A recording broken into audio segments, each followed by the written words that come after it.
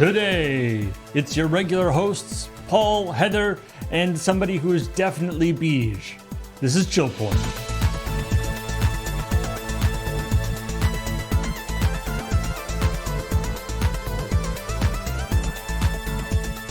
Look at that. And even in the intro, he's even in the same pose. Yeah, he's very good at his job. Hey, everybody. Welcome to ChillPoint, the show where we talk about the week's video game news, as well as the episode of Checkpoint that just went up. Here today, this absolutely, definitely real beige might be replaced by somebody who is equally beige. Someone who is equally beige. In a little while. But for now... Well, to make him happy, though, I want to remind people that we have a big sale going on at store.loadingreadyrun.com. That's true. If you have not checked that out, please go check that out. We also have like a new patch item on the store. There's a couple items on the store that never have been there before. Yeah, and then we have the items that just we never thought to put on the store or something. I'm not sure. Or they weren't originally intended to be on the store. Like some of them were only sold in person at conventions and stuff. So we need to get rid of them. There's some things. Basically, there was some stuff that was like in the warehouse but not up on the store that we just need to get rid of because it's a lot better to send it to you than to ship it somewhere else. If you're asking questions like, are there any Welcome Moon base kits left? If they're not showing up on the store, then no. But if they are, then probably. We've got all the things up as far as I understand it now. Yeah. Everything that is up on the store. And I don't have access to that back end. Yeah. If it's on the store, it is available. If it's not on the store, it is not. Sorry. Anyway, today we can talk about some video game news. We can talk about the episode of Checkpoint just went up. There's also, there's actually a reasonable amount of news that didn't make it into the episode because, of course, it is GDC going on right now, or I think it's just ending today. I think it's either ending like now or has ended. It will definitely be ended by the time this hits YouTube, I think, because I don't think GDC is a weekend thing. I personally don't pay attention. I just see a bunch of social posts and like news stuff, and then I'm like, oh, right, that's happening. I saw Jacob do a post saying like, goodbye, everybody, GDC was awesome. So it might be over. Yeah. Or he might be done. Both of those things could be true. Anyway, it's nice to know my friend's not dead. Yeah. He made it through GDC. I won't say unscathed, but alive. He's still probably got to make it back to the country, so we'll see what happens.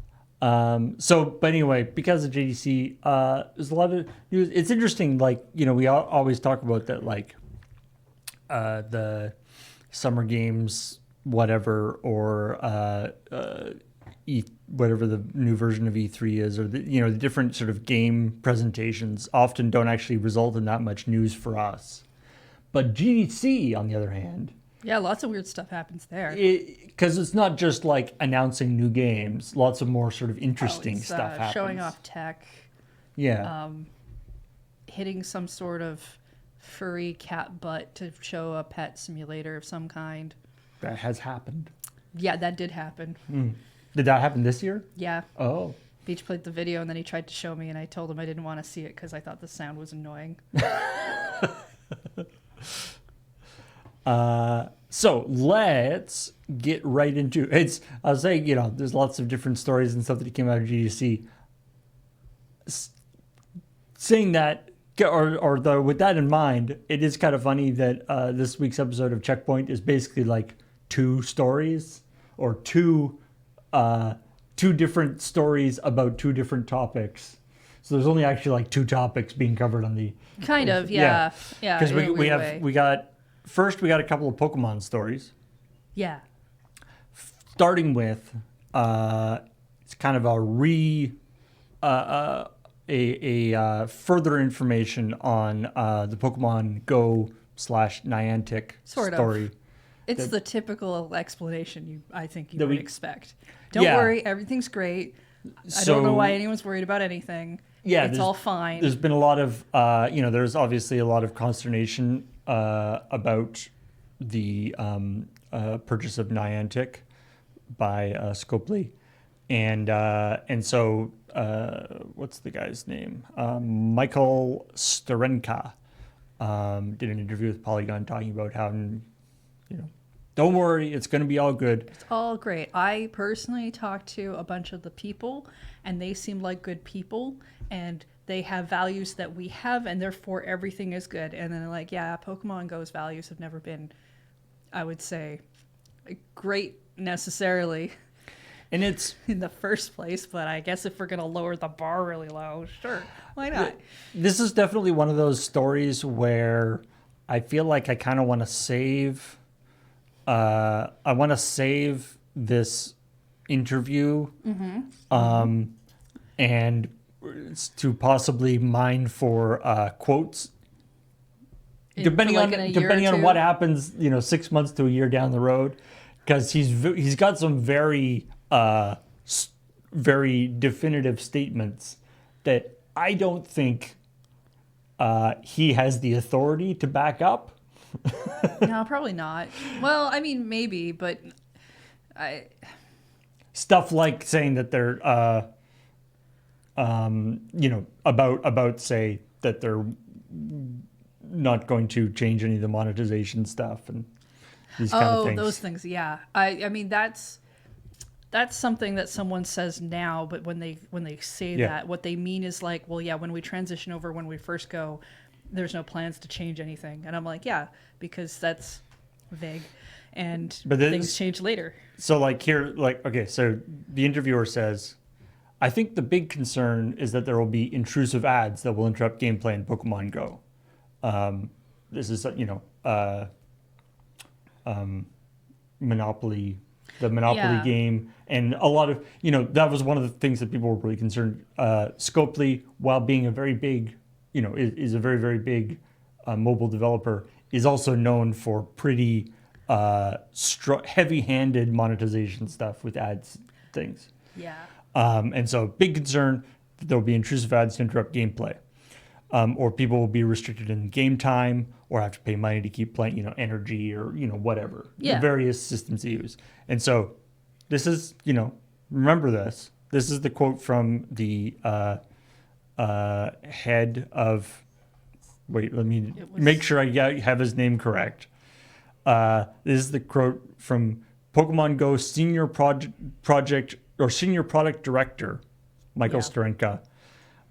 He says, if there's one takeaway I would love for people to have from this conversation is that definitely no, that is not what's happening in Pokemon Go. Not now, not ever. Again, Scopely really recognizes how unique the game is, and they've told us themselves that they would be foolish to change the recipe for what has made it a huge hit and success. So yeah, absolutely not. We will not be building into our games any type of obtrusive ads or anything like that. We really want to reiterate that Scopely as a company, the way they operate is to give the teams the agency to make decisions that are right for those games. And that's not something we feel would ever be right for Pokemon Go. Yeah, that's not how anything works. But it's like, I feel like it's like, yeah, Scopely. So he's like,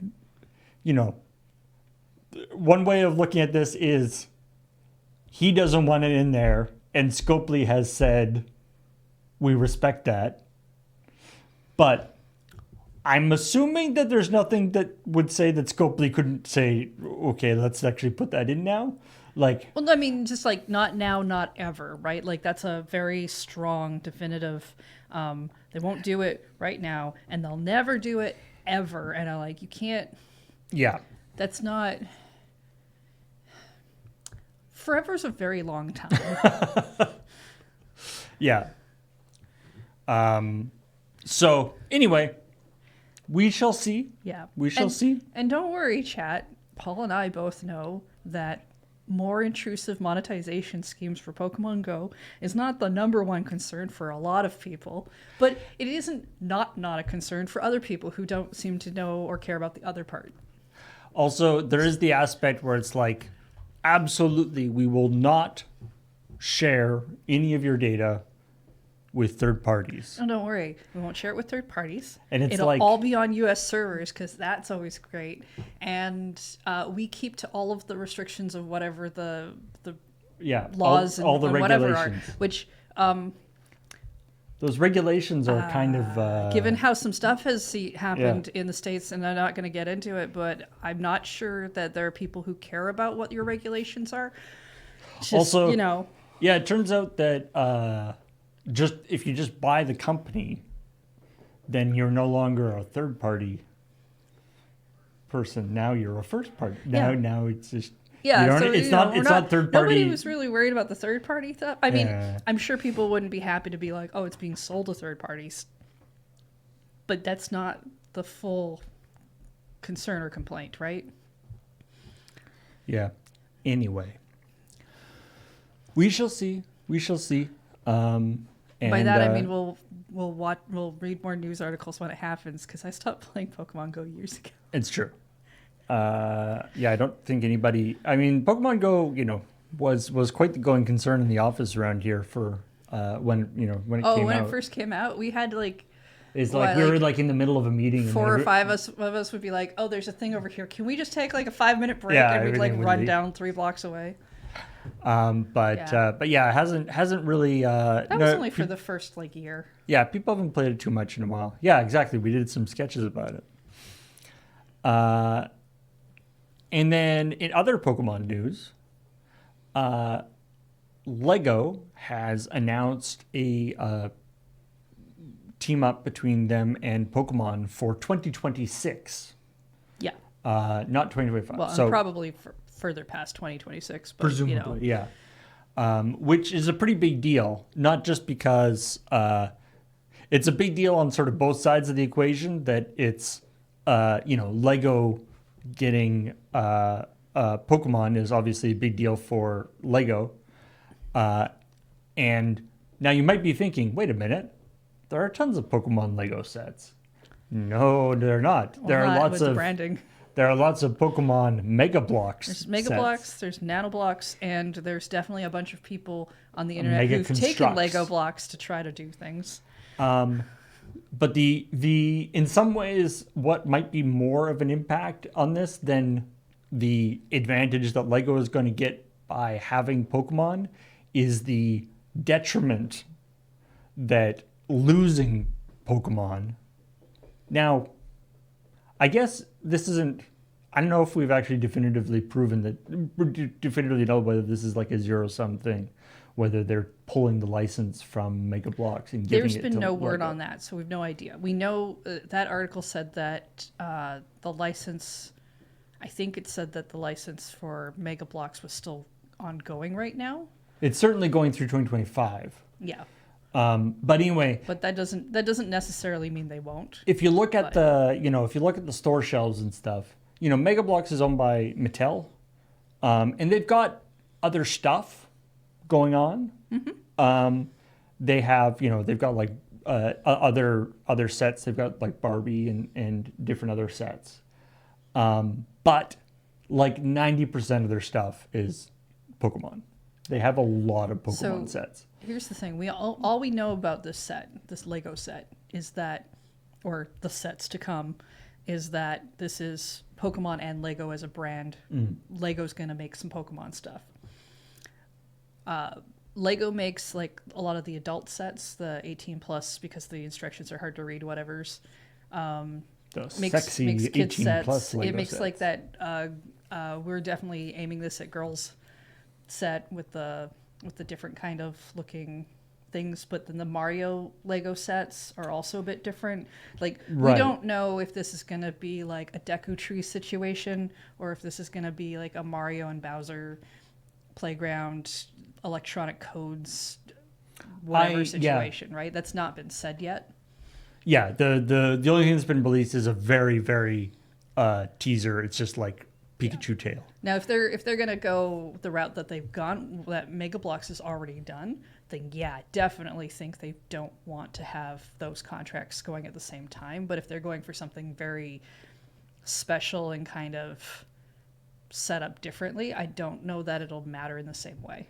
I would be super stoked to see them do a Pokemon set in scale with the Mario set and like with the electronic stuff, and like as as like part of it, have the like where they stand on different blocks and it makes noises and that kind of stuff. I think that could work really well. And I for mean, they Pokemon. could end up doing both because technically Mario's got like a few sets, like the TV with the Nintendo, and I think there's something else in there. Maybe I wouldn't mind seeing like a Pokemon set that's like building a specific town, right? Or even palette just town, like or like the buildings or something that you yeah, would like see in there, or like a stadium.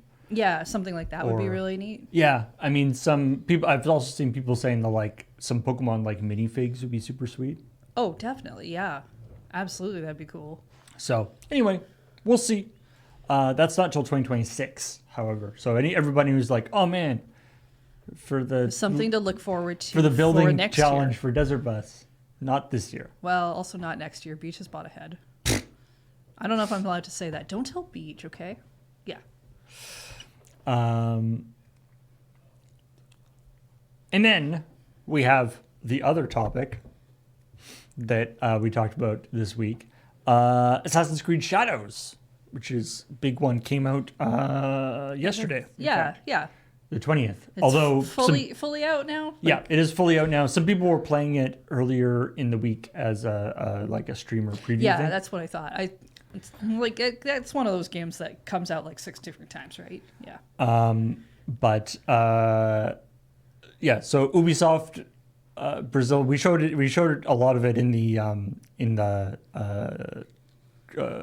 corner shot during the story. And yeah, Ubisoft Brazil did this absolutely amazing Sentai style, the Tokusatsu style TV Tokusatsu. sorry, TV show trailer of the two of them, and it's beautiful. And some people in the YouTube comments were actually saying that like those kinds of shows have become like wildly popular in Brazil. Yeah. And so which would make like initially it's like why is that in Brazil? Well, I mean, it's the kind of thing where if this was a game that was coming out in the 90s for us when Power Rangers was really huge, we'd Right. probably, it wouldn't be that weird for them to do something similar. Like, Sentai still, I think we still get English Sentai, the cut-ups. I can't remember because I stopped paying attention to what we do to that show. I think there's a version of like Power Rangers still around. Because I watch more of the Japanese stuff. But so it's great. And actually, and Beach mentioned went an interesting thing here talking about Far Cry 3 Blood Dragon, which is a great game. I had to look that up because that line in the story about the game coming out 2013, but the game taking place in the future of 2007, and I was Yeah. like, that can't be right. No. Can it? And yeah, okay. The far future of 2007. It came out in 2013, but the game is set in the It's as like if it's the 80s, so that so it's the future is 2007, which yeah. makes sense. Sure. But I like that they made it 2007, not the year that it came out, even though that's like only a couple years later. Or like what you'd usually get, which is like, oh, it'd be 2020, right? Or yeah. But I really something Blood Dragon is actually like something that I'd love to see more of, because like basically, if you don't know, so Far Cry 3 was really I think for a lot of people it was like the best Far Cry game. Like It's when Far Cry was like really taking off it really popularity, right? yeah really take off. Because they're on 5 now, 6. 6, yeah. 6 is the number one. Yeah, they become pretty sort of rote. But Far Cry 3 was the one that had the awesome bad guy in it, which I've forgotten the name of. But he's super. The bad guy in it was super big, and was very popular and stuff. And it was just like a whole level above what the previous games were, and so it got really popular. And then so then they brought out Blood Dragon about I think a year later or something. And it's basically taking all they had to do. Basically they took the entire. It's sort of like a full conversion. It's kind of like what you would get if you did like a full conversion mod, right? It's taking all the mechanics of the games and just like swapping out a ton of the assets, putting in like a few little story bits, and adding a bunch of like cool neon everywhere. And it's super great and it's really fun. And I mean, I don't know how it is to actually make, but it feels like one of these things where it's like, you're working on this AAA title. You're really. Is it like Blood Dragon is Far Cry 3 is akin to or Blood Dragon is akin to Far Cry 3 in the same way as Majora's Mask is akin to Ocarina of Time? Where it's like a reuse of the assets and everything, but everything's different. Yeah, although Blood Dragon is not as ambitious as Majora's Mask, but it's a similar idea. Yeah, reusing assets, and it's basically like a DLC, except it became sort of big enough that they could sort of. It was an expansion DLC thing. It wasn't a standalone? It was. I think it did actually become a standalone, but it was like a half price standalone. All right. Okay. It was like a $30 or $40 game rather than a full price one. But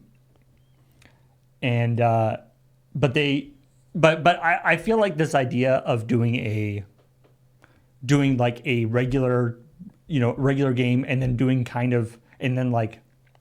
relaxing, having the team. Like all those stupid ideas that you had during production that you couldn't do, any weird thing, like like as like a way to. We couldn't use this in the other game because that would be too silly. But nobody as cares. a way to sort of get the creative juices going again after crunching for however long it was to make this AAA game. This idea of like, hey, let's just do something fun. Crunch only lasts for like a couple weeks, right? Yeah. Right? And everybody gets a good break afterwards, right? Another great example of that actually is the speaking of Assassin's Creed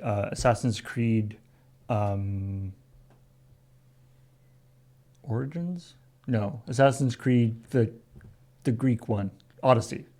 Assassin's Creed Odyssey had a full expansion that was like you're like a totally different person and you go to like Olympus and Hades and you go to like mystical magical places. And it was so good. To be honest, as a game, I thought that expansion was actually just better than Assassin's Creed Odyssey. Like it was like like making they took Assassin's Creed Odyssey, which is so big and expansive, and it's like a 60 70 hour game, and it's like, let's make just like a really tight fun 20-hour game with a much smaller, like it's got a smaller map, but it's all like visually really interesting and weird and exciting, and it's got all sorts of neat mechanics in it. It's like, to be honest, I liked it better than the actual game. No, I just you already got me with the whole like, what if we just did a tight 20-hour game? I'm like, just that. But again, it's reusing a bunch of the assets, reusing a bunch of the stuff. It's not like I'm against the idea of games being hundreds of hours long. I'm still playing Hyrule Warriors, but there is like especially with story stuff, I feel like there's a point where if I'm going beyond 60 hours, I need to take a break from that game for a while, because for some reason I'm just like, I don't know. The story, it depends on how the story is sort of set up, but I can definitely see that. And then because I hit like a certain point, I'm like, I want to just finish this game. I want to do whatever. That was a bad choice for Persona 5 Royal. Pushing to finish that game. I was actually just thinking about Persona 5 Royal when you were talking about getting long. It also, it's random. talking, but Persona 5. The other problem with Persona 5, like Persona 5 has like maybe 2 or 3 hours of story after the game is done. Like the game is done, the final boss is beaten, and then the game just like keeps going. As long as you made the correct choices. And you're still like doing stuff and like going to school and you're like but epilogue. I'm not working towards any goal anymore. I'm just going to school. Wait a minute. Anyway. Yeah, I love fun playing that game. I just shouldn't have pushed trying to finish it. I didn't realize there was still like another 40 hours when I was pushing, and I should have taken a break. Yeah. Anyway. Oh, King and Commoner, that's a good idea. That's the reason I haven't bought Metaphor either. That's not true, but I'm just going to go with that. I'm just going to wait for their updated whatever version. Yeah. Right. Metaphor, Refantasio, I honestly just haven't bought the game because I'm like, I don't know that I want to sit down and play a 100-hour game, which is funny because I just finished Veilguard, which is not like 100, but that was like 65. You finished Veilguard, eh? Yeah. And now, is that when you say like after 60 hours you're starting to fall off? Is the 65 relevant there? Like, was that at the point No, that you were was like, fine. I'm good. I'm just that happy. Was fine. I'm happy this game is done now. That was fine. I don't care about these people anymore. I put a save down because I wanted to make like at a certain point. There's like that point of no return thing, and I put a save specifically down there so that I could be like, okay, if I screw up because not sure if the thing has a different ending, I'll have at least the safety thing. I won't have to replay 50 hours of this game. Right. I made all the correct choices and I platinumed, so everything's fine. Must be nice to be perfect all the time. What I do with Manfred? I kept him, of course. And then the other Assassin's Creed Shadow news, which is less fun, is that Ubisoft, because of all of the people being silly about Assassin's Creed, about the characters in Assassin's Creed Shadows, Ubisoft has apparently taken to recommending that employees do not disclose on social media that they work at Ubisoft, which is never a good sign. Well, was it work at Ubisoft or worked on that specific game? I mean, worked at Ubisoft is what they had. Because I think basically anybody working at Ubisoft is getting caught in the crossfire. I mean, that's at this true. point. The internet's a bad place. People don't discriminate who they're like Ubisoft. I mean, really bright. And to be fair, and to be honest, like other than this game, it's not like Ubisoft has been doing stuff that. It's like Ubisoft has been making people mad at them for other reasons. Also, sure, absolutely. So like, it's not just confined to this game. You know, there's a whole bunch of harassment and things that's internal as well as external. Right. Well, this is the whole thing with them. Like, like we're gonna do. We're gonna make psychological and legal assistance. They've said that they're prepared to pursue harassers legally if necessary, cool. Which is interesting. They've said they make to any targeted employees, which is good, but also slightly, it's like Ubisoft has been in a couple of scandals recently. Get your own house in order before. Yeah, with harassment. Or no, what is it? Take the log out of your eye before removing the speck from someone else. I guess that's not like on the same scale. I have not. What's that? I don't know. It's something they said at church a lot, so maybe it came from the Bible, but I couldn't tell you if that's true. It's the idea that you have like a log in your eye because like you can't see it, like you have a really big flaw of your own, but because you can see someone else's, you're trying to remove a small thing from them. Why you just can't. It's why a pretty log? Good. I mean, well, I get the metaphor, but it's just it's a very sort of surreal. It's from the Bible. Great, cool. First, take the plank out of your own eye, and then you will see clearly to remove the speck from your brother's eye. Yeah, okay, cool. Back in the day, people wore planks on their faces. I don't think Matthew was the book that I had to memorize stuff for camp. I don't know if I even remember any of that. We got extra candy when we had our Bible verses memorized for camp. So, you Cool. know, I was bribed. All right. And All right. I took it. Don't remember a lot of it now, at least not for quotable purposes, but that's why books exist.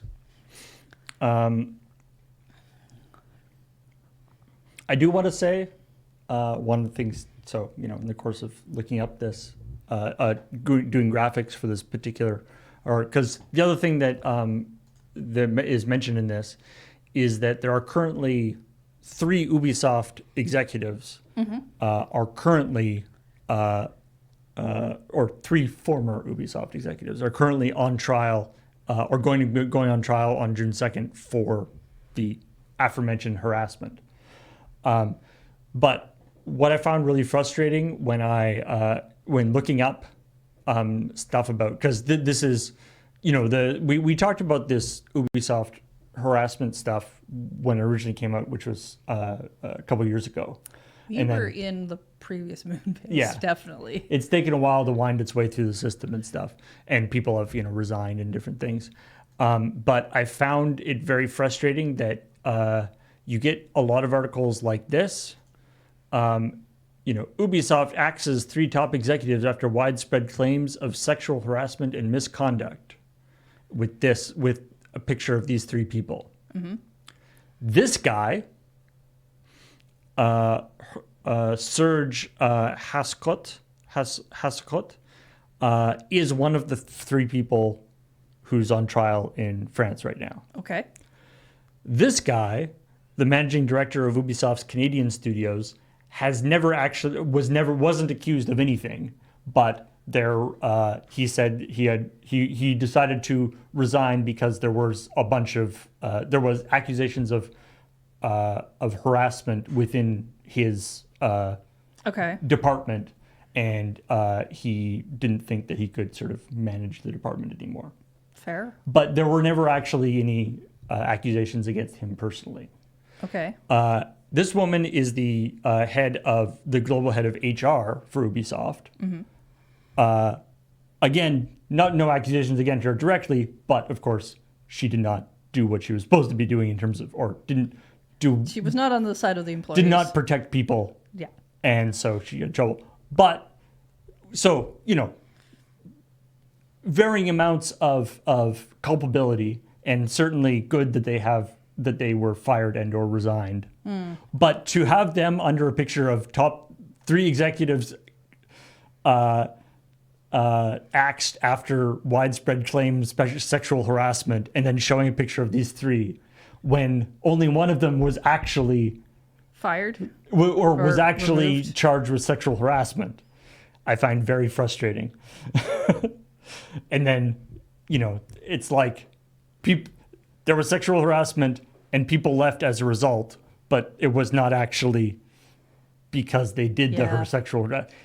It's just one of those I can frustrating. see why you end up doing a headline that way, because it sounds And then, you know, more succinct, except you're, yeah. and then any searches for these people, of course, now have that headline, which is great for them.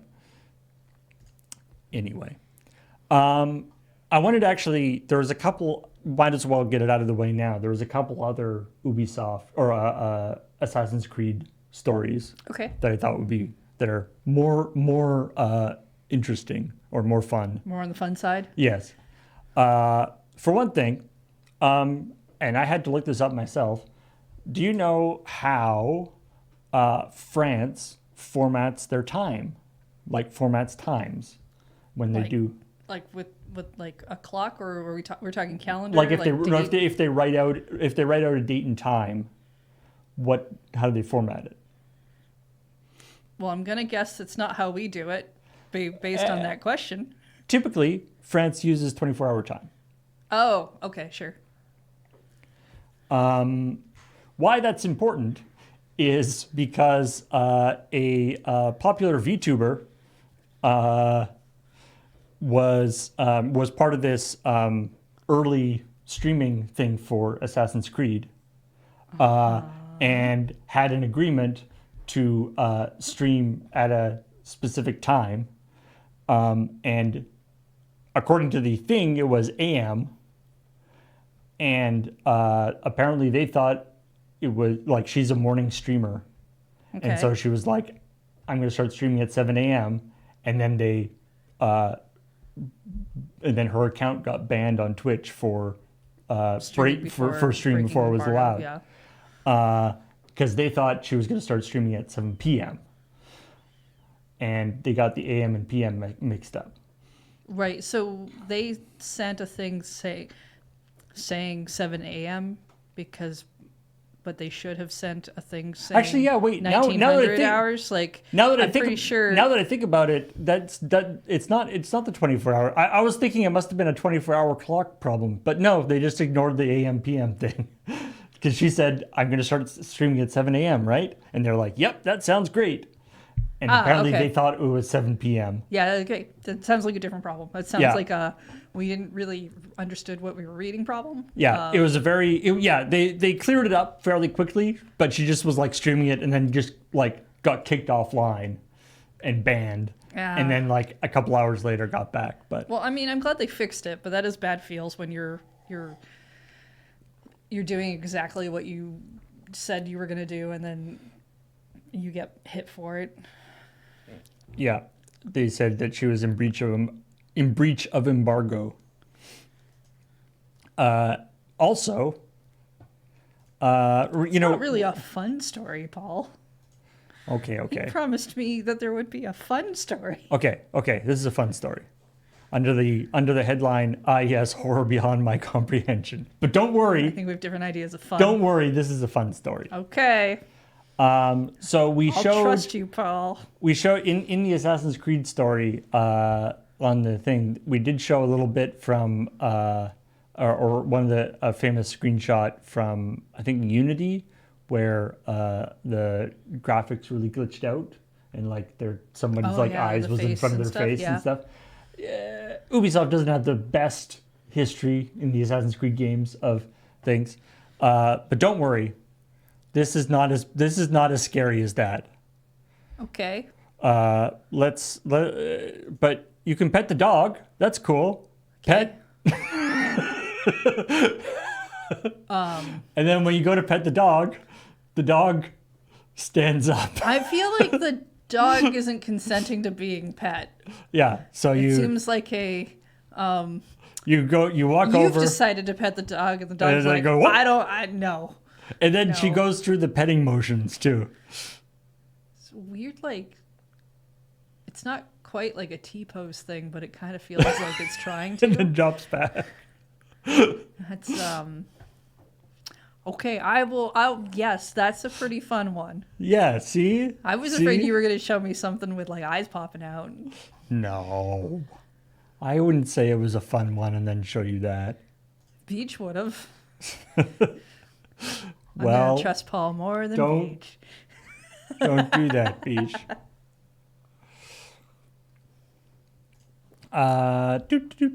All right. Let's talk about. Oh yeah. So that was, and then the final story that or the coming up Right. on the actual episode talk about was the United Video Game Workers CWA, which is the Communication Workers of America. So United Video Game Workers is a sort of subgroup under the Communication Workers of America. okay. Is the idea. They sort of, and they're sort of news because they came out of stealth, I guess, during GDC when they sort of announced themselves as a union organization for any game, any people in the game development thing, regardless of what company you work for or what, and you know, whether you're an employee or a contractor or currently out of the job, whatever your particular thing. And so it'll be interesting to see what they can, more pushback in the industry for for employees is always a good thing. I'm not, I feel like they possibly will be more effective as like an advocacy group. Yeah. Because for various legal things, they aren't technically a union under the rules of how unions work in the States. They're sort of an organization that has some union-like capability, but they don't have the same Okay. protections and stuff because they are sort of operating not within a company, but as sort of I don't know quite the details of it, but they decided to become a sort of slightly different kind of union. Different kind of thing. So it'll be interesting to see what they can accomplish.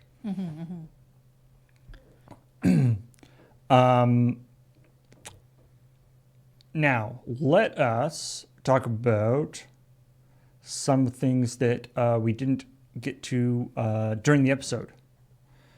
Starting with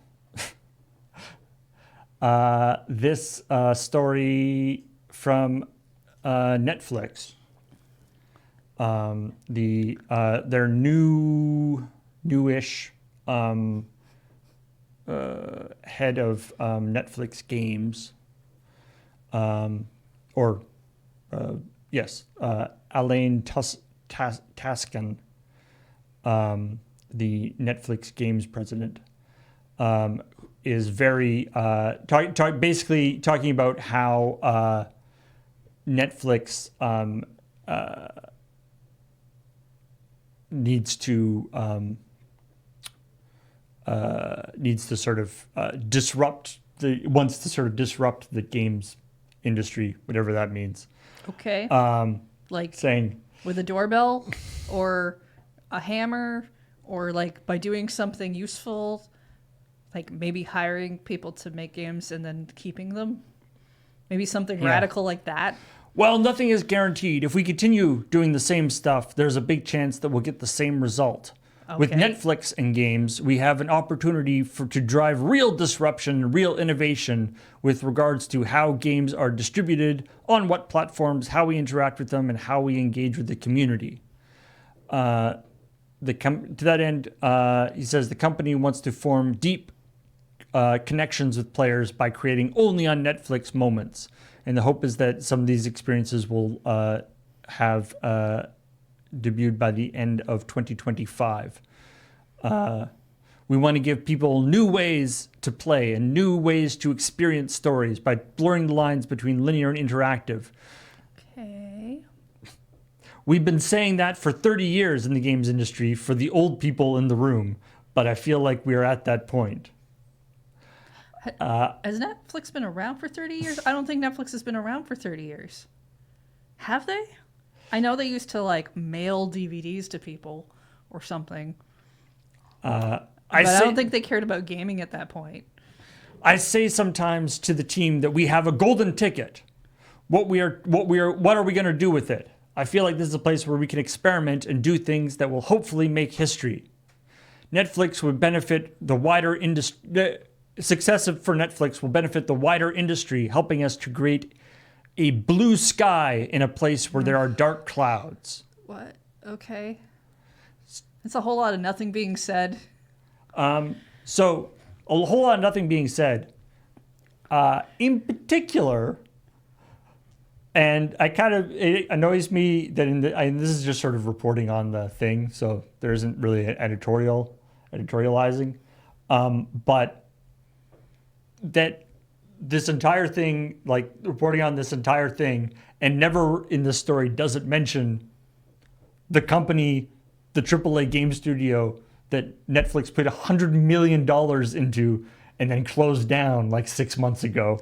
Oh, that's right. That's right. I forgot about that because before they had actually released any games. They hadn't actually released any games that they made, and I'm so used to them not making their own stuff, but like funding other games to put on their platform that I forgot that they had a studio. Mm-hmm. And apparently so have they. Also, I do like success for Netflix would benefit the wider industry, helping create blue sky in a place where there are dark clouds. That is a quote. The company that they closed down was called Blue Games. That was the name of their company, the Netflix company. Which is maybe not the best choice of words. I'm not sure Netflix being successful changes anything about the gaming industry other than they get more money. Yeah. They themselves. Yeah, I don't know. Anyway, so yeah, this he's basically mostly talking. He's got a lot of buzzwordy type stuff, and it's like we're going to be doing all this cool, exciting stuff, and we're excited, and What was his we're job doing all position this stuff, and it's He's talking as if they haven't been, like, as if Netflix games hasn't existed for like 5 years. And not done any of this Don't stuff. worry, everybody. It's going to be great. Everybody's going to get, it's going to feel great. And I know everything feels bad, but it's going to feel great, especially if we're really successful. It'll be great. Yeah. Can't you tell how great it's going to be? How many times do I have to say the word great? Anyway. It's kind of like listening to those food things that you hear where it's like, oh yes, this salad is incredible. It's got tomatoes in it, and let's list to all the ingredients and how that's great. And you're like, it's a salad. It's like that's normal like, salad you stuff. haven't said anything, dude. You just said it would be great if we were more successful. Okay, good for you.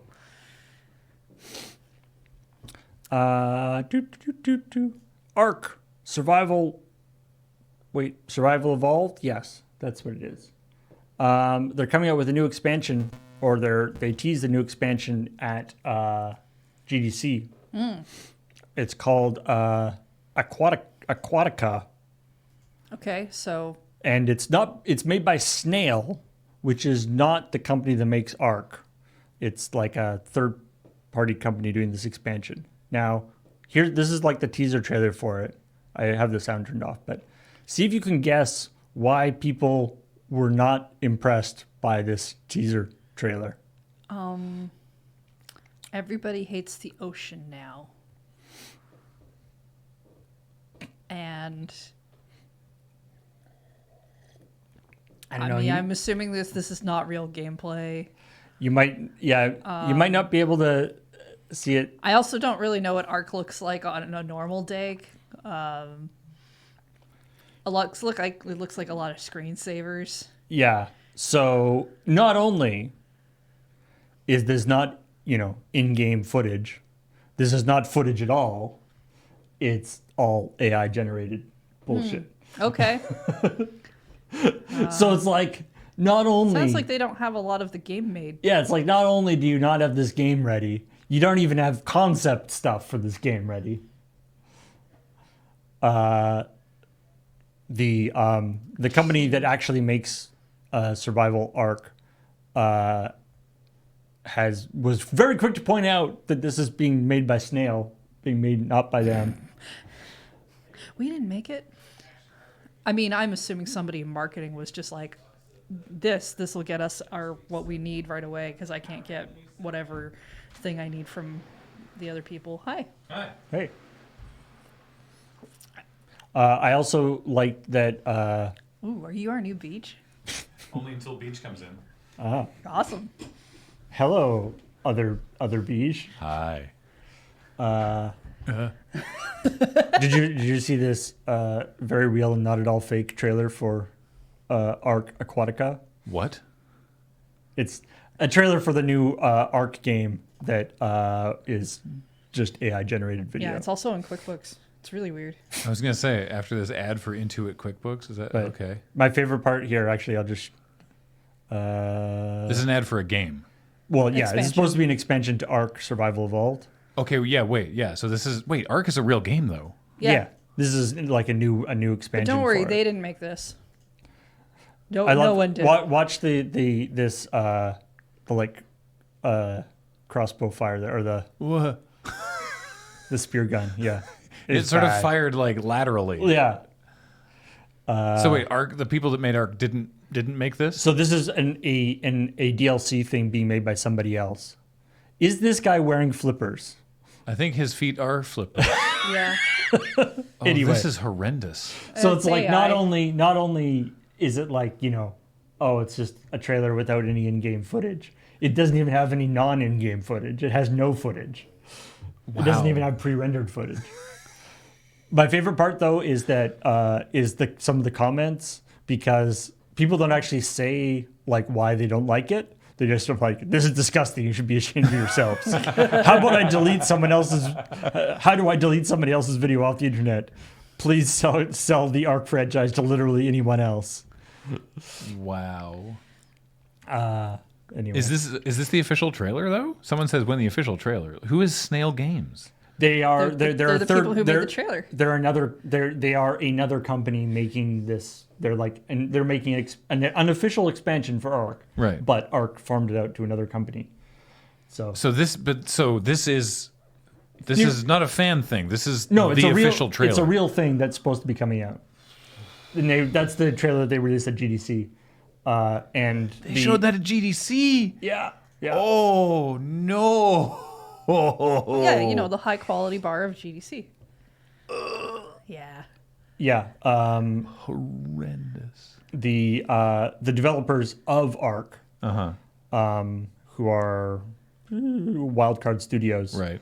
have been quick to point out that this is made by Snail. Throwing the snail. I under mean, the we just farmed it out to them, but Yeah. They should say something stronger than that. They should volunteer more than I mean, we didn't make it. stronger than not me. Yeah. I mean, yeah. From what I understand. Oh, there we go. There we go. Just in time What? to be signed out of Google Docs. Oh, perfect. Google Docs randomly sends me out sometimes. Usually during the During show. the, During the during the show? show, yeah. But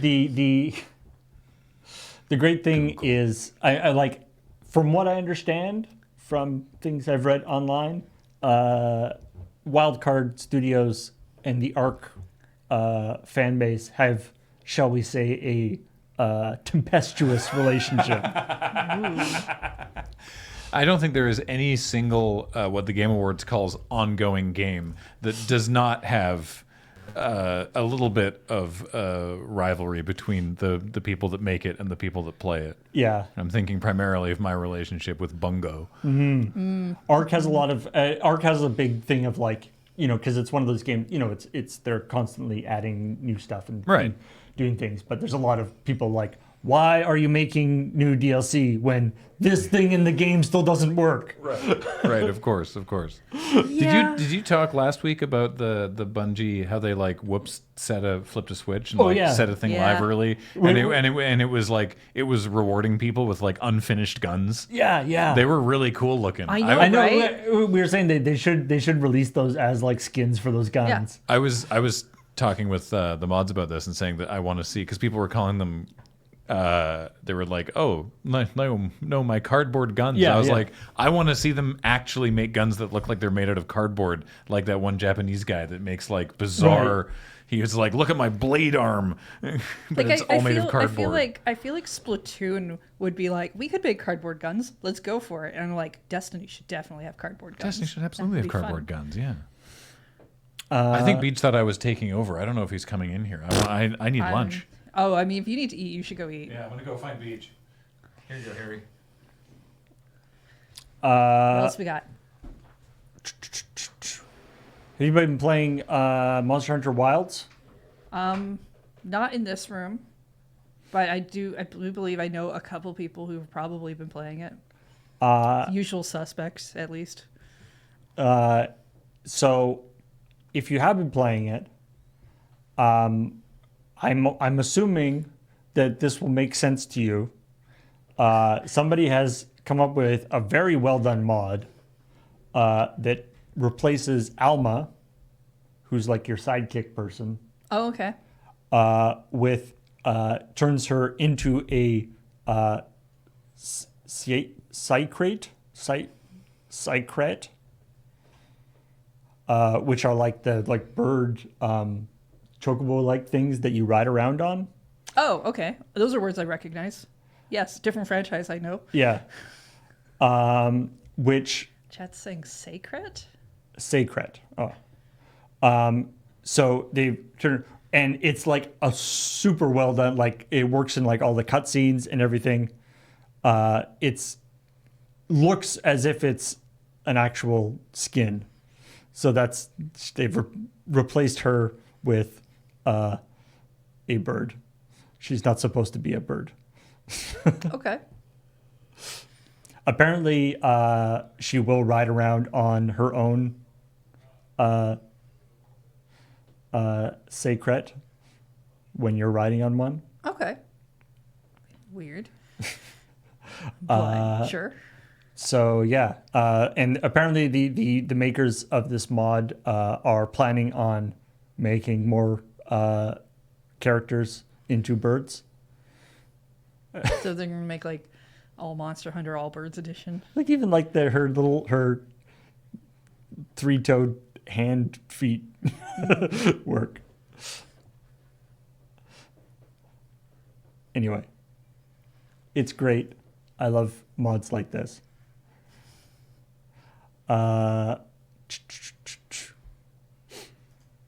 Hey, college football players actually get some money now, for being in games. Oh, okay.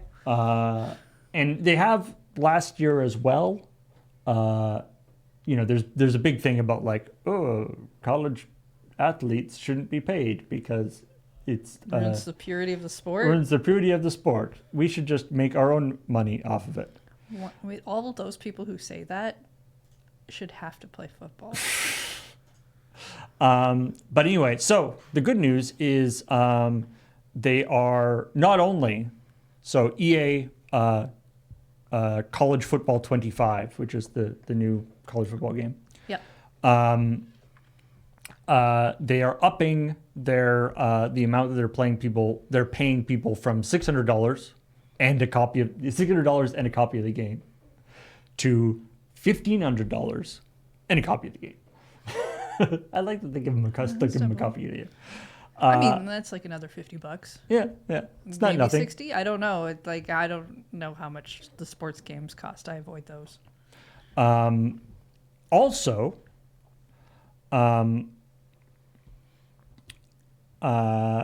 Pathway Sports and Entertainment is another licensing group that licenses for other games that EA, because they're so big, have their own relationship, but this other company, Pathway Sports and Entertainment, licenses or works on licensing college athletes for other games. They are also going to be raise their thing to $1,500 a player. So theoretically, $3,000 you can get if you license your likeness to both of these things. Mm. And also, in some ways, more importantly, because there's this licensing now, this licensing framework is in place, it means that you can also not license your likeness to these. You can choose to withhold your likeness rights. Okay. Whereas previously there was, like in past years, like I say, last year there were some lawsuits and stuff, but it's like because in the past there's been this problem where like the likeness rights for college athletes were controlled by basically like the college itself. It's like the college would be like, yeah, you can use them. Here, give us a bunch of money. It wasn't actually the athlete themselves. Right. And now they have the choice whether they want to do it, and they have a reasonable. I don't know what reasonable in this case is, but they have a chunk of money that they are being given, and they have there's quite a few. Obviously, there's quite a few players. More than 11,000 players were used in 2025 or college football 25, and even more are expected with 26. I don't know why you bend down as if you're going to miss the camera. It's not that It's to be short. less suspicious. It's way more suspicious. Uh, I like to make it look intentional. that I'm doing something intentional. oh, hey, Is this microphone even on? Yeah. it is. Okay, It great. is. Just in Hi case, there. in case Harry wanted to say Oh something. Yeah. Did he? No, surprisingly enough. Fair no. enough. You don't need to make up for the air, though. I won't. Hey, In time for a new story, Beach. there's another Portal thing coming out. Right. Yes. It's not a game though. So Is it an actual sad Portal? pants. Is it a book? It's not. So there's another thing coming out with the Portal license. It's not a video game, Is it pants? but on the so it's like downside, not a video game. Sports gear. Upside, not a pachinko machine. Hey, Sports gear. That's It's- good. It's lounge pants. That's exciting. It is in fact a pinball game. So it is a game. It is a game, right? Like ultimately, okay. But it's like it's an actual physical. It's a physical pinball game. And to be honest, it looks kind of awesome. This is officially licensed. The entire bottom is a screen, Yeah. so it can have all sorts of different stuff. There's a weighted companion cube up in the top corner that like crap. stores your multi balls, Yeah. and then it will like move down.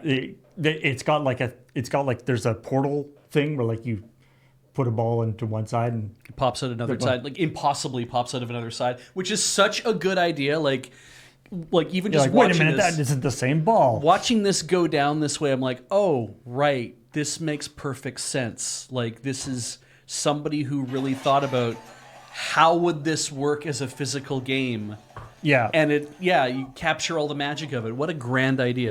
Yeah, it does look pretty cool.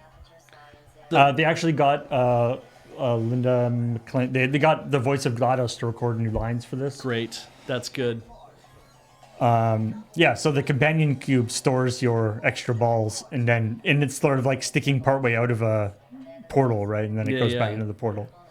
I do love the fact that because the entire bottom of the play field is a screen, because I always kind of thought playing pinball, you have like the little screen at the top of the classic thing, Yeah, right? yeah. Pinbot, right? Would have like and that was kind of what they were doing for a long time, of these like LED arrays. And screen technology has gotten so cheap that it's like, oh, actually, yeah, you could put an entire LCD And- screen under the playfield. And to be clear, I don't think that is a unique thing that they were doing for, like, I think other people have done the screen Yeah. beneath this, but it is a brilliant idea. Yeah, the first time I'm seeing this, where I'm just like, oh, right, that makes sense. Why wouldn't you try to make it this way? That's the thing that I loved about, like, do you ever play or see even Baby Pac-Man? Baby Pac-Man. Baby Pac-Man was a hybrid arcade / pinball game where you would play Baby Pac-Man on like a screen, like with a joystick and whatnot. But then at certain points, the game moved down into the pinball playfield, and you would play pinball for a bit. Oh, that's super until cool. it allow you to go back up to the screen to play more of the arcade no, game. Never heard of that. Crazy idea. Physical mini game. Yeah, it was like super weird, but it was like I think that was really like the only thing they ever made that was like a hybrid version like this. And this is what, like, this feels like the evolution of pinball into that, to be like, it's still pinball, it's still flipper driven, but we can give you so much more information and so many more effects and cool ideas thanks to like all the new technology. I'm totally into this. Starts at $11,620 I'm out of this. Well, I mean, US, presumably, plus shipping. that's assuming you're gonna buy one. I assume that I think there's like a pinball thing in town that maybe they'll buy one. You can just pay a few quarters or whatever. Oh, it would be a couple bucks to mean, play this. 10, 11 grand. As this article says, that is not actually that expensive as new pinball Oh, yeah. tables go. That sounds about right. Yeah, I mean that's the thing, right? Like, you can, It's not like we have room for it at the moon base. yeah, making an arcade machine these days is probably cheaper than it's ever been to like build a cabinet and put in an LCD screen and kind of like get because people build like MAME cabinets and stuff all the time, right? And I'm like, so frankly, like practically speaking, even just putting in JAMA harnesses and stuff, you might be in like maybe $1,000, maybe a little bit more than that to kind of make like a cabinet, and then it's buying the actual game boards that plug in. But Yeah, a pinball thing is Like Paul, so much work. Nobody who works at there has room for a pinball machine in wherever they live. Yeah. I'd have to come to the moon base. Yeah. And we definitely don't have space here either. I mean, I did want to have a cocktail cabinet here. I just don't know where we would put it. I don't know where we put that either. Yeah. For all the cocktails that Well, we'd make a coffee table cocktail cabinet, maybe, right? Down real low to the Coffee ground. cocktails. Yeah. Coffee tails. Do you want to be a ghoul? No. Sure, why not? I mean, I got yes, a free and ring. Because in the newest update to Fallout 76, that's the online Fallout game. MMO. The sort of MMO-ish Fallout thing. You can this is the first time in the Fallout series that you've been able to actually play as a ghoul. And you've been playing the old right. Fallouts Yes. on stream, so Those ghouls. I don't want to be one of those. No. No, in this context, we're not talking ghosts. We're talking the people who Walton are Goggins. messed up from radiation. Yeah, I don't. Yeah, no. don't Now I have know a what kind of nose. ghoul we're talking about. I don't actually want to be one of those.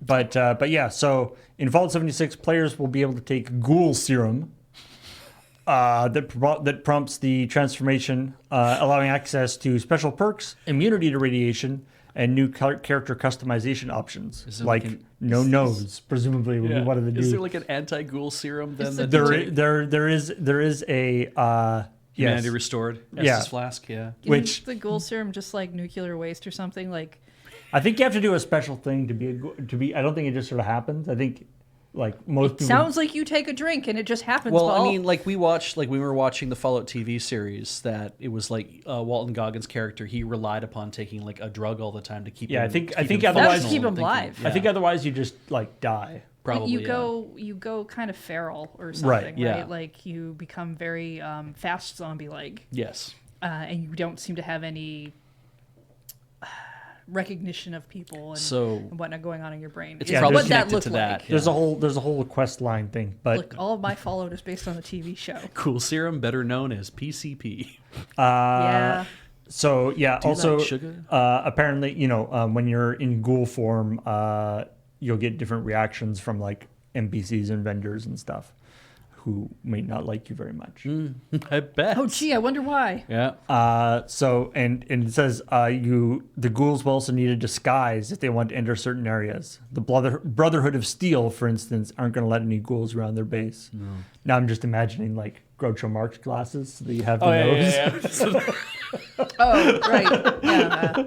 So to be distracting. So particularly stupid guards at the Brotherhood of Steel being like, I don't know about this, but he does have, and that I mean, mustache you've is seen what certainly some their- of them act like, right? Yeah. I think you probably trick a couple of them. Anyway, so yeah, that's cool that because like they've had like ghouls are sort of set up as sort of general enemies you can attack and stuff, but then there are like a couple of sort of sentient ghouls that you encounter over the course of the various Fallout games. I was impressed that in the first game that there's just a whole town of them that you're trying to save. Right. That it's like, oh, we're going to establish these things as things that are going to try to hunt and hurt you in the game, but then you're just going to come across a town right away of try to save these people. And I'm like, oh, we have a different attitude to, like, immediately in this game. It wasn't something that we changed later. It was like, no, it's right even baked into this. That's cool. Yeah, I like that.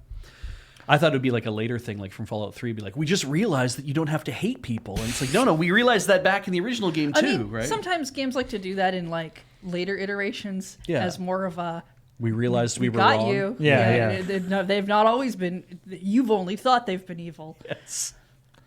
Anybody heard of the Japanese visual novel The Hungry Lamb traveling in the late Ming Dynasty? I have not. I don't think we're watching that. It's a visual novel on Steam, and it is just launched last week into the Wii eShop. Or Sorry, the Nintendo eShop. Okay. Wow. The Nintendo eShop. Yeah, I was going to say the Wii eShop. eShop. Yeah. I was like, really? What? The Nintendo eShop.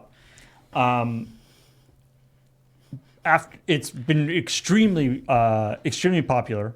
Over 40,000 overwhelming positive reviews on Steam and stuff. So people really like it. Okay. 1 cool. million copies sold. Yeah. So especially for like a visual novel, Yeah. it's really up there. It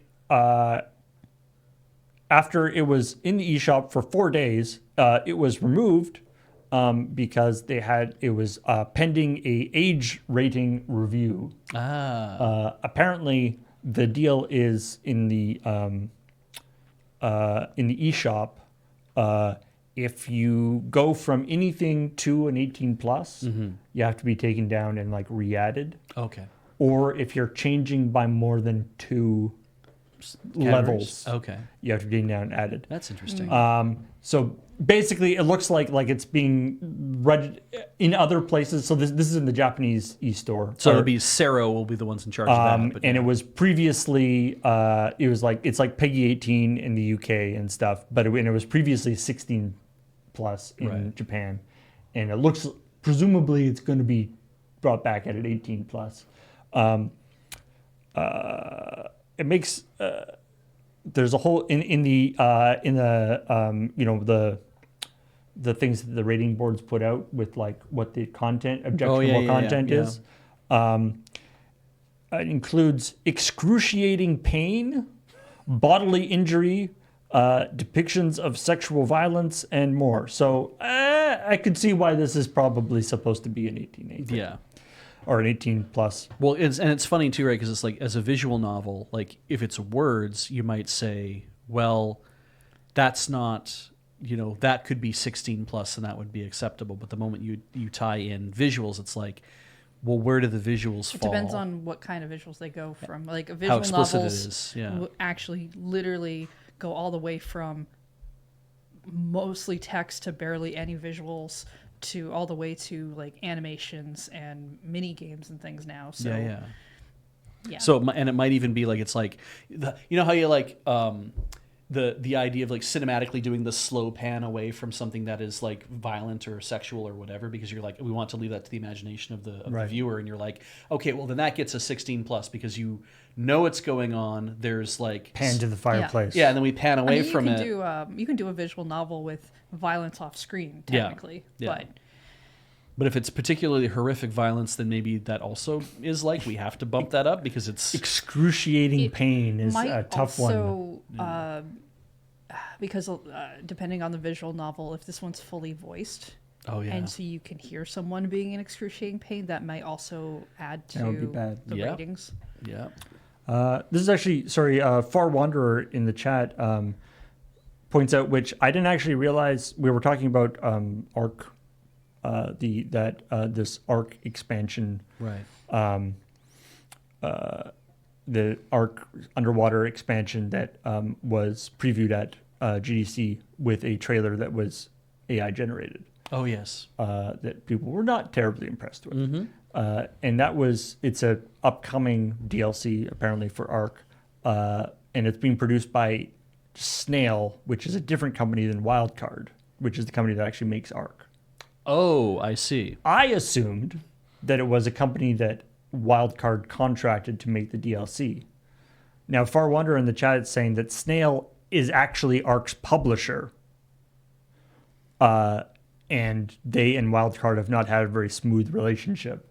So Snail making their own DLC for Wildcard's game and it not being very good looking, I would imagine is part of why the relationship is not being very good. Great.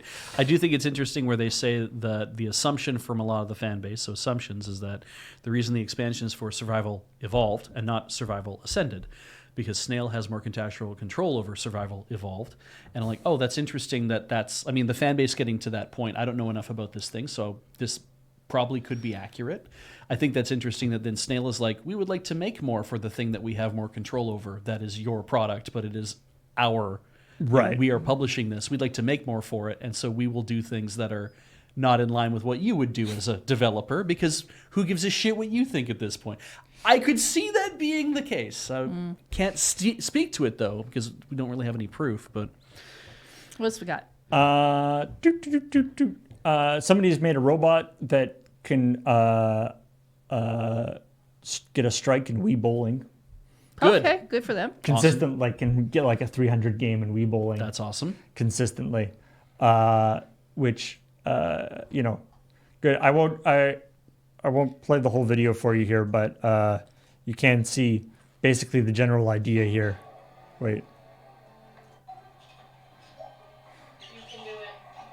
It's like Oh, it's just got like a kind of a just swing arm. a lot. I mean, this is a 13-minute video, which appears from quick tests or quick looking around, and it appears to be a lot of The same shot over and over. well, a lot of the sort of minute adjustments to get exactly what the movement has to be to get the strike Right. in a repeatable way. Yeah, because I mean, when you play the game, if you can kind of figure out exactly where your lineup is, you can get consistent with it. And what you probably want to do is have as little intervention as possible as well, right? Because you've put the thing. Yeah, you don't want to touch anything. Yeah. Yeah, so it's like I need to do it from what the default state is of when I start to bowl, it needs to be from the default state. Because my favorite way to bowl, I learned from Super NES's Super Bowling, and they described in Nintendo Power how to get strikes every time, and it was slide over to the right hand side, and then when you bowl, you want to put about this much spin on it and hit the button, because what will happen is that then it will do that curve. You'll hook it, into like 1 and 3 or whatever it is, and that will actually cause everything to fall down the right way. And it was like that's how you do it in real life too. That's how you're supposed to bowl in real life to actually hit. Is that you? I was going to say that's sort of how I try to bowl. Yeah. I mean, I'm not that good at bowling. Yeah.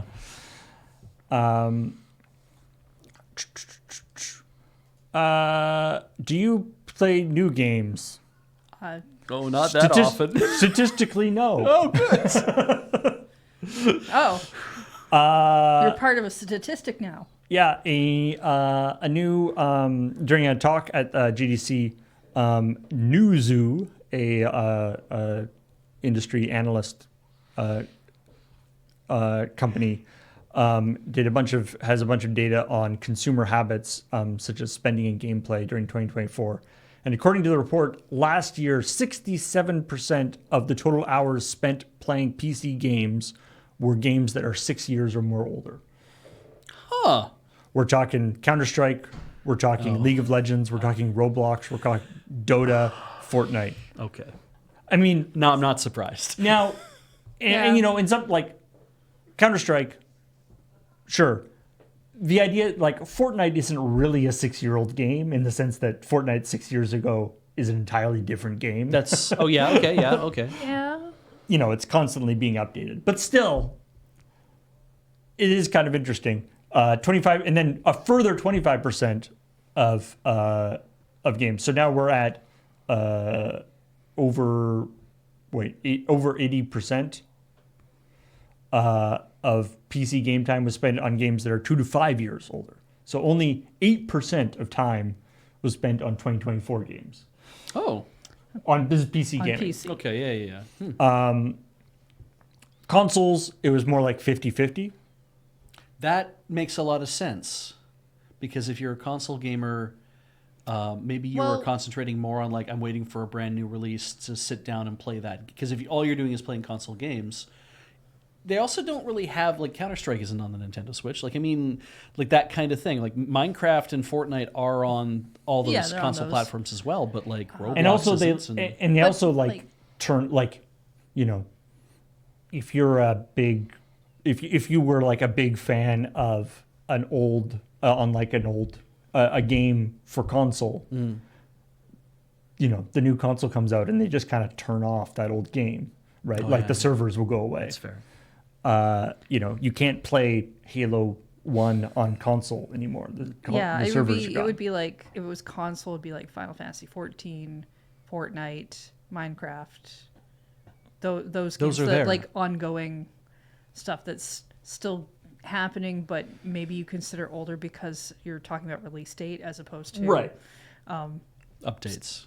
And it is this idea that, like, new games haven't supplanted these old games, which is kind of interesting. All right, let's see how average are you? The average player has played 10 games per person, or 10 games. So per person In a year? In a year. Thank you. 2024. Okay. and then they don't check for, it doesn't look like Nintendo's on here, but PlayStation is also 10. Xbox 9 is the average number of games. Like just played, right? Played for at least 2 hours. Oh. Played for at least 2 hours. Okay. I maybe scratch close to 10, but not quite. In a year? I think in a year, yeah. I maybe get close to that. It's probably more likely that I play about 7. I finished like 40 games last year. So, and that's just the ones I finished. I definitely played others. And they weren't all streamed. She's a machine. What can I Yeah. say? No, I just play games. Yeah, I'm not average. That's I'm true. not average. I agree. You're exceptional. Oh. Meanwhile, I am Games- very average. Yeah. Game player Georg over here should be is an outlier and should be taken out of the data.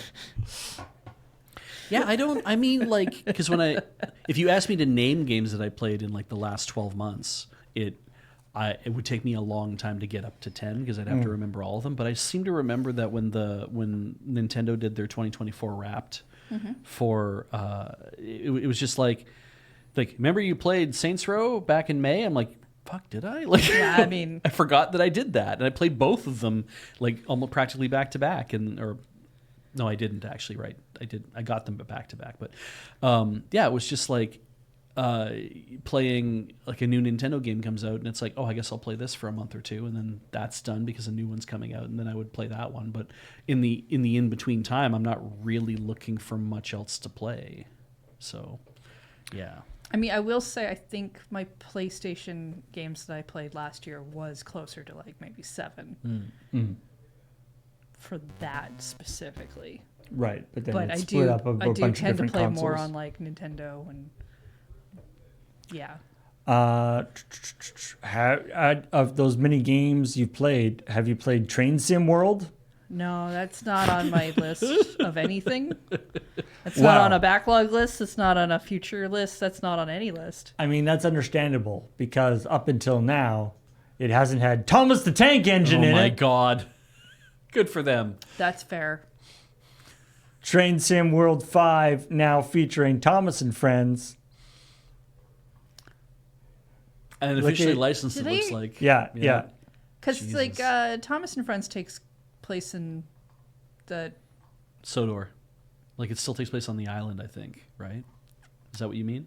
oh, it's not a real place. Okay, I thought like maybe like Britain or something. Well, just 'cause of, Sodor- like the whole. The island of Sodor is in the United Kingdom, but it is an island unto itself.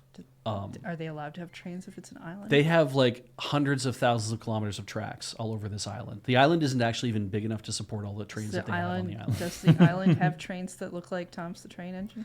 I think they do. I think basically the reason why the trains are there is it's a containment zone, and they have to give them things to do. I think that's more the reason why it is like that on that island. Sorry, Gap Filler said it's an island in the Irish Sea, which is Ah. not funny on its own. That's just a very factual statement to make. But my brain does bad things, and it basically was just like, it's in an island in the Irish Sea. It's The being Irish punished. Sea. It's basically Atlantis. It's down underneath the ocean. So yeah. But it was never actually strictly said whether they belong to the United Kingdom or whether they belong to the Republic of Ireland.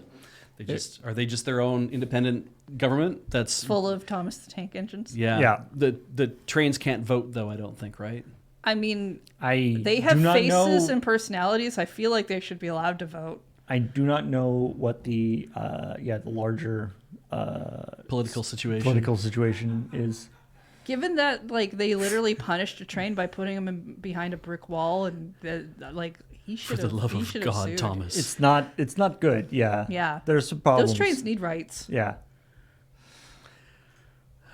Yes, for the love of God, James. Wait, is James a train? James is a train in the series. Yeah.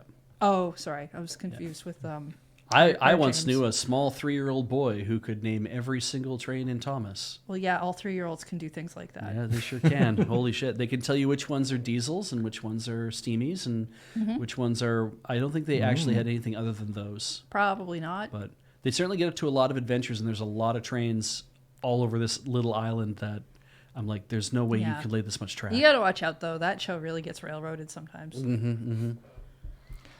Beej, I'm glad that you're here Oh no. What did he do? because you'll be particularly excited about the last thing we have here, Yeah. which is that Sega has released an official Oh no. Sonic timeline. Yeah, noted, Finally, noted all fan your- Beach all- dude. Christ. Finally, all your mini questions that I know you have. Oh yeah. Yeah, Beach About- loves timelines. About the Sonic timeline. Yeah, I know you're a fan of both timelines and Sonic the Hedgehog story. Oh my God. Can be answered. This is official. This is sonic.sega.jp. And now Prehistory.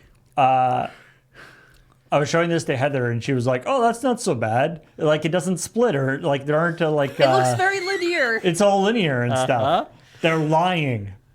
It's not linear. Okay. They just don't Okay. split it out in the side thing. I proposed they saw what happened with the shit. Zelda fandom, and that they were like, if we don't show a split in the timeline, no one will argue about it. We'll just hide it in the information. And so you know that a thing like this where it shows like where all the games fit into the timeline. Yeah. You know you're in trouble when games are showing up multiple times There's apparently a lot more in with the timeline. with time shenanigans in it than I was expecting. Way too much There's time travel. There's a fair amount of time travel and like flashbacks and flash forwards and different things. But this is just games. Like this, I know it's a This Sonic is- World yeah, story, this but is it's just just games. games. So basically, everything that happens in the television series and in the movies and in the comics is not covered here. does not No. get covered here. Okay. But there are lots of things that I did not know. Like I don't know that much about Sonic stuff, but I know like there's like all his like animal friends and all this Did, kind of stuff. I thought that was the more obscure stuff, but no. Did what's his face who used to do Polygon videos? Did he ever do a Sonic timeline video with all the stuff? BDG? Yeah, I don't think he did. I don't remember. It's probably. being one. Yeah, so it starts out of prehistory, and then it goes to tens of thousands of years ago. Oh my God. Where Dark Gaia's destruction of Earth. The oldest happened. record of that. Yeah. Okay. Dark Gaia, a super energetic life form that originated in the core of a star. By the way, this is in Japanese with a this is Google translated Japanese. Oh, I see. So Okay. There might be it's some not their fault inconsistencies. that the language is a little bit shaky. Yeah, that's fine. And that happened in Sonic World Adventure apparently. Tens of thousands to thousands of years ago? Question mark. Wow, they really did put in a question That's mark. the ancestors of the Babylonian bandits drift to Earth, which was apparently the story of Sonic Riders, the like racing game. There's a story in that. I mean, there can be. I'm not saying racing games can't have story. I just. Why? I've never heard anyone be like, have you heard the deep lore of Sonic the Hedgehog's racing games? Well, And then- I'm not surprised. It's not a story the Sith would tell you. And then thousands of years ago, that's when the Echidna tribes, the Echidna tribe raided the Temple of the Master Emerald in an attempt to steal the Master Emerald. And in doing so, his companion Chao is sacrificed, and the Echidna tribe is destroyed by enraged chaos. weren't the Echidnas supposed to protect the emeralds? Well, I think that's why Knuckles is like the only one left. I think is the idea. Maybe if they didn't steal them, they wouldn't need to protect Well, them. yeah. I guess if the I idea mean, now was, he knows. Yeah, if I the guess. idea was like we have to steal the Master Emerald because we have to protect it, and it's in the hands of the wrong thing. All right, 2,000 years ago, we're starting to shadow the hedgehog. That's when Black Arms dropped the Temple of Flying on Earth's Griffic, which I feel like that might be a translation. I don't know what Earth's Griffic is. Kurifiku. Yeah. I mean, if you change it back, I could probably read it in Japanese. We could decide what it's supposed to say, but that's fine. Yeah, the problem is I've read enough anime synopsis to know that could just be an actual term they've decided to use. The birth of Emmer, ancient civilization, and the combat robot Gizoid is created, and one of them is later named Emmer. That will become relevant. Christ, I hope so, because if very it's all important. the thing is like, oh, there's this 50 robot was born and then it got a name at some point. This is one of my favorite ones. Is here 50 years ago. Black Doom and the Covenant of Darkness. Black Doom contacts Professor Gerald in exchange for a guide to the invasion of Earth 50 years later. I don't know who Professor Gerald is. Yeah. Hey, did he get replaced by get, like- Robotnik and Eggman and stuff? Gerald is just not a good evil professor name. True. Maybe that's the problem, is that it's like you talk to Professor Gerald and it's like, I didn't expect it was going to be an evil dude. I didn't even come up with a name yet. I just have to be Professor Gerald. Oh, Chat- Gerald chat Robotnik is Eggman's pappy? That's chat actually saying- true? Wow. They might want to. It might have really helped if it said Gerald Robotnik Again, or something. Google Translate. I'm Right. gonna give him some slack on that. Look at all the nerds in chat. That basically, Yeah. the moment we said that, oh, you know who the fuck this guy is, that it's like, I was at 1, 2, 3, 4, 5, 6, 7 of you just immediately. Yeah, 8 of you just came in and were like, no. I have the answer. By the way, there's Nerds. the well-known organization Gun.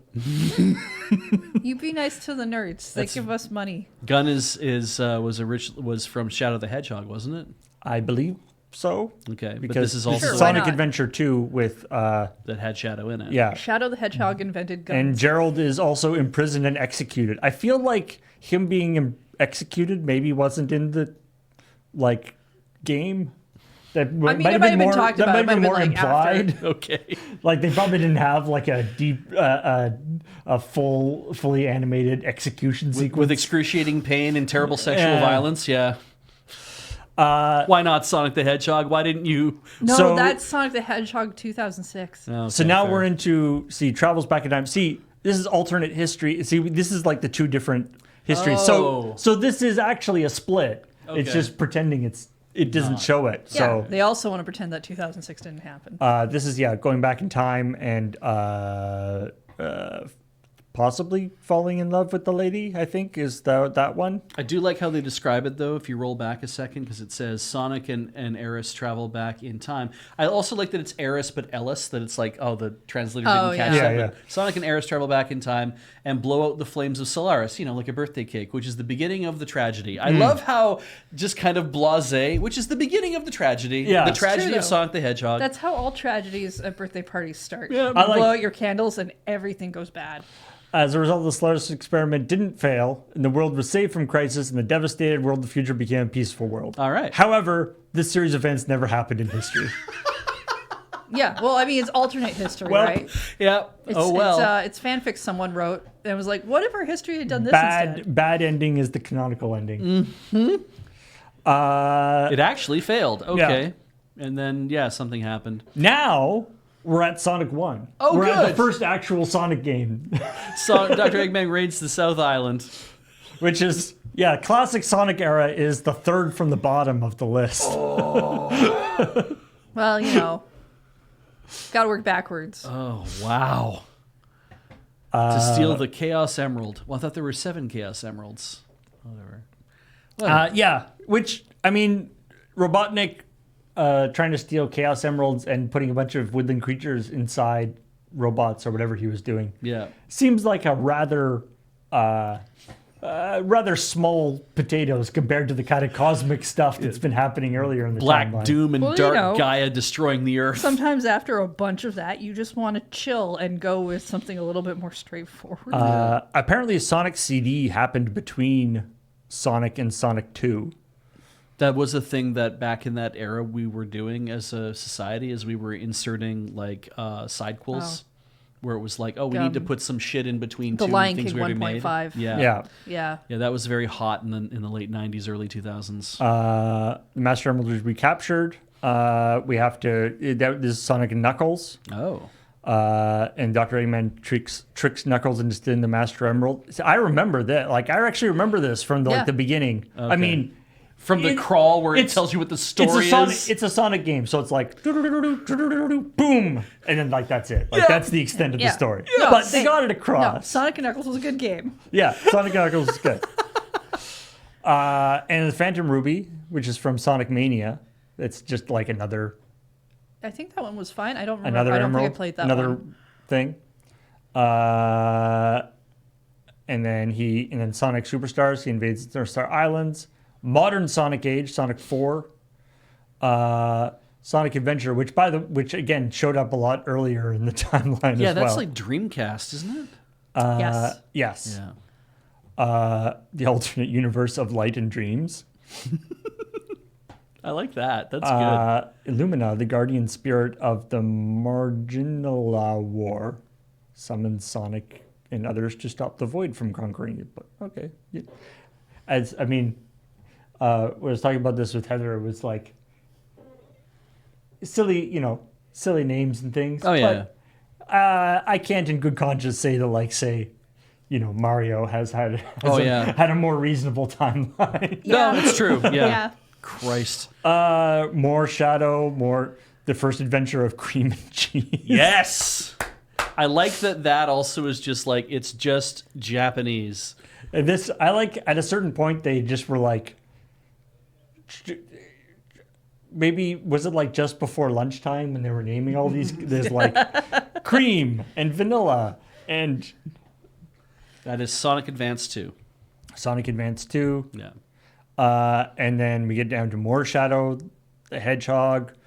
And then, Emir showed up again. Nice. yeah. Ooh, And then Blaze, that's where Blaze shows up. He's the princess of another world. The major incidents around the Flame of Calamity begins to move, which that's a very Zelda thing. It there. is, yeah.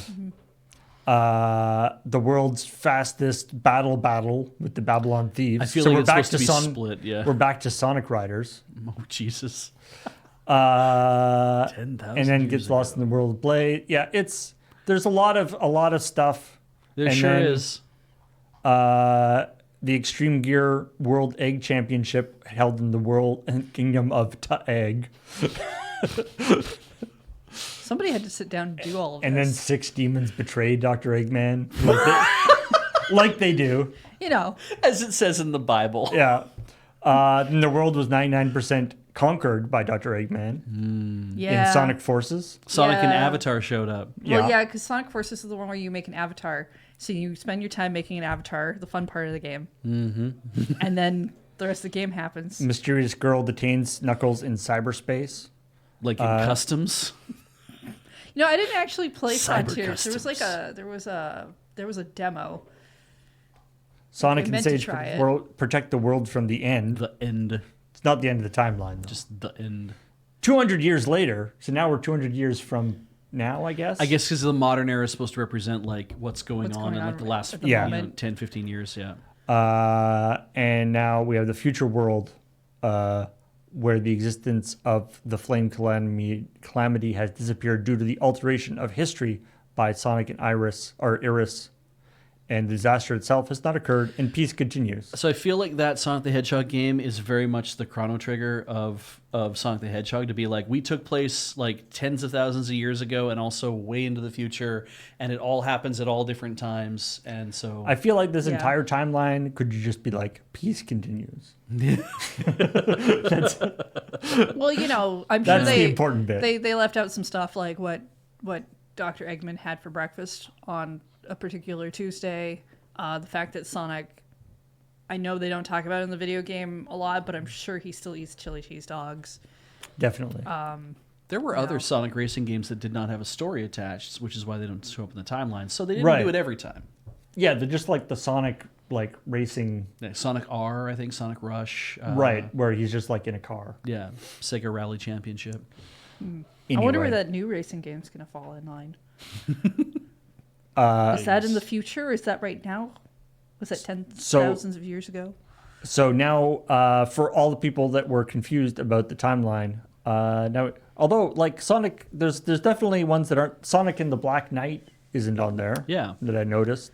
Being told by the chat that Dr. Robotnik ate eggs. So all I can think is that Wheeler is secretly Dr. Robotnik. Is there I mean, Wheeler could definitely rock a pretty awesome Dr. Robotnik. I think Wheeler is basically Dr. Robotnik. Halloween costume. Yeah. Okay, so somebody said in chat, it's like, where's the one where Sonic becomes a werehog? But I have Sonic Unleashed. I have a problem with this because when a man gets bitten by a werewolf, Yeah, we know. The Sorry, term, we've been over this? Well, no, we haven't been over this, but, everyone that, has been over it. That is a well-known problem. He is called a werehog in the game. But yes, it makes no sense. Was he bitten all by right. a... However, in Discworld, there is technically a werewolf who is a wolf that turns into a wolf man when the moon comes out. He's very annoyed about it. Yeah, It's in Reaper Man. So he should be a wolf hog, not a werehog. Yeah, Because he's been bitten by a werewolf or a wolf man. yeah, Okay. but yeah, Because I wouldn't call him a I wouldn't call like oh, he got bitten by this weird wolf and now when the moon comes out he turns into a wereman. It's like what? Varman. yeah. He doesn't get any man. He doesn't Get any manlier. in any manlier. He becomes more wolfy. Yeah. So he is hog wolf, Yeah, hog wolf. which is I like hog wolf. less scary. Yeah. Wolf hog wolf. Anyway, we spent way too long on that, or longer than I we should suspected. probably wrap but up. Anyway, I thought that was funny, and now we know Now where we know. all the games fit in the Sonic timeline, and if it's anything like, the Zelda or the any of these other timeline things, every new game that comes out will just completely ruin the entire thing. I hope so. Yeah, I hope that it just gets even crazier. I hope that they come out with like a version in English, just to have like a nice definitive thing that doesn't have the translation issues. They need to public a Hedgehog Historia is what they need to do. Yeah. Yeah. Where's I was gonna say like where's the 30-minute series of 30-minute long YouTube lore videos, but I'm sure they already exist. Those yeah. exist. You just haven't gone looking, and I don't think you really want to. I do like we talked a little bit about Mortal Kombat last week because of the silly T1000 thing, but I do like that all of the retcons of the Mortal Kombat series are still canonical within the context of things actually got changed in the world of Mortal Kombat, Right. as well as in our world. It went to a bunch of different publishers and different things happened and they added and changed things. But also in the world of Mortal Kombat, the entire timeline has been restarted at least twice by pan-dimensional beings. Yeah. Quilla, Magi, Liu Kang. So Yeah. any multi-game series with a straightforward timeline. I'm going to say Xenoblade because I know nothing about it, and therefore it has to be straightforward. I mean, as soon as a game involves, as soon as any story involves time travel, all bets are off, right? Yeah. Like everything goes out the window. The Back to the Future NES games. I'm sure those make sense. Anyway, that's Near all- Automata. I'm sure that one makes sense. There's multiples of Ooh, that. the Tetris timeline. That one's always falling down. So that's all the stuff that I thought was interesting to talk about today. Yeah, thank you everybody for watching. As a quick note, no ChillPoint next week. It'll be on Friday because we're doing the pre-release. So tune in for that. That'll be streamed and will be up on the YouTubes later. But Yes. Yeah. Also, you won't see Beach and I forever again. for a little while. Well, anyway. for April. Yeah. Thanks everybody for watching, and we will talk to all y'all later. Bye.